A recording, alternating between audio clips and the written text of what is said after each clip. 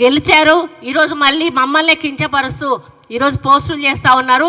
రేపు బీసీలందరూ కూడా తిరగబడితే మీకు బీసీ ఓటు ఒక్కటి కూడా రాదు. అటువంటి పరిస్థితి దయచేసి తెచ్చుకోవద్దు అని చెప్పి కేటీఆర్ గారిని హెచ్చరిస్తూ ఉన్నాను నేను.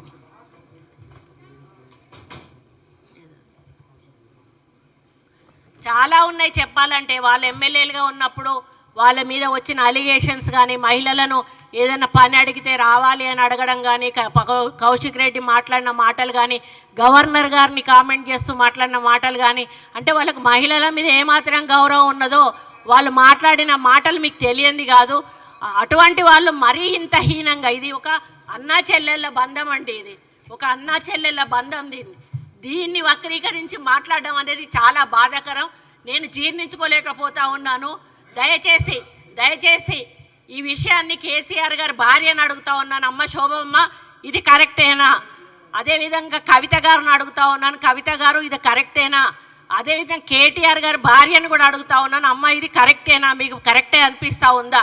రాష్ట్రంలో ఉన్నటువంటి మహిళలందరినీ కూడా అడుగుతా ఉన్నాను, ఇది కరెక్టేనా? ఒక అన్న ఒక చెల్లెకు ఒక నూలు దండ వేసి చేనేత కార్మికుల సమస్యలు చెప్పిన దాన్ని ఈ విధంగా కళ్యాణ లక్ష్మి వీళ్ళకి ఎవరిచ్చారు అని ట్వీట్ చేయడం ఇది ఎంతవరకు కరెక్టు అనేది ప్రతి ఒక్క మహిళ కూడా ఆలోచించి, ఎవరైనా టీఆర్ఎస్ నాయకులు గ్రామాల్లోకి వచ్చినప్పుడు వాళ్ళని బట్టలు కూడా తీసి ఉరికించాల్సిన అవసరం ఉందని చెప్పి కూడా మరి తెలంగాణ రాష్ట్ర మహిళలకు తెలియజేస్తూ ఉన్నాను.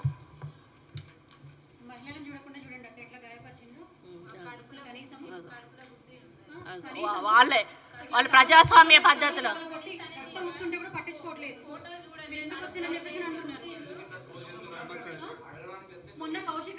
ఏం లేదు, వాళ్ళు సోషల్ మీడియా దిష్టి బొమ్మ బయట దహనం చేయడానికి పోయారు. అసలు వాళ్ళు గేటు ముట్టుకోలేదు, లోపలికి పోలేదు. అందులోంచి 100 మంది దాకా వచ్చి మొత్తం వాళ్ళే మీద పడి కొట్టి మళ్ళీ వాళ్ళే రాద్ధాంతం చేశారు. వాళ్ళు ఎవరిని కూడా వదిలిపెట్టేది లేదు. వాళ్ళందరి వీడియో తీయడం జరిగింది.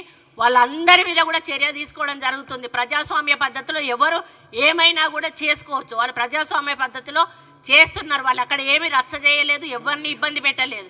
వాళ్ళు బయట చేసుకున్న కార్యక్రమాన్ని లోపల నుంచి వచ్చి దౌర్జన్యంగా వాళ్ళ మీద దాడి చేశారు. వాళ్ళు ఎవరిని కూడా విడిచిపెట్టే ప్రసక్తే లేదని కూడా ఈ సందర్భంగా తెలియజేస్తాం.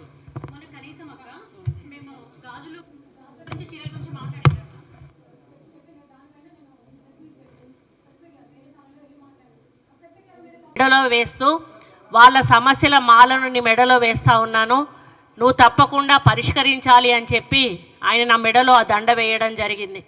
ఆ దండ వేసేటప్పుడు కూడా నేను చూశాను ఎన్ని కలర్లు ఉన్నాయి అని అంటే 2 కలర్లు దండక ఉన్నాయి, 3వ కలరు తెల్ల కలరు కింద వేలాడబెట్టున్నది. ఎందుకంటే 2 కలర్లు వేస్తే అది బీజేపీ జెండా అవుతుంది అనేటువంటి ఆలోచనతోటి నేను వేయించుకోవద్దు అనుకున్నా. అక్క మీరు వద్దంటారని కింద తెల్లది కూడా నేను అటాచ్ చేశానని చెప్పి వేయడం జరిగింది.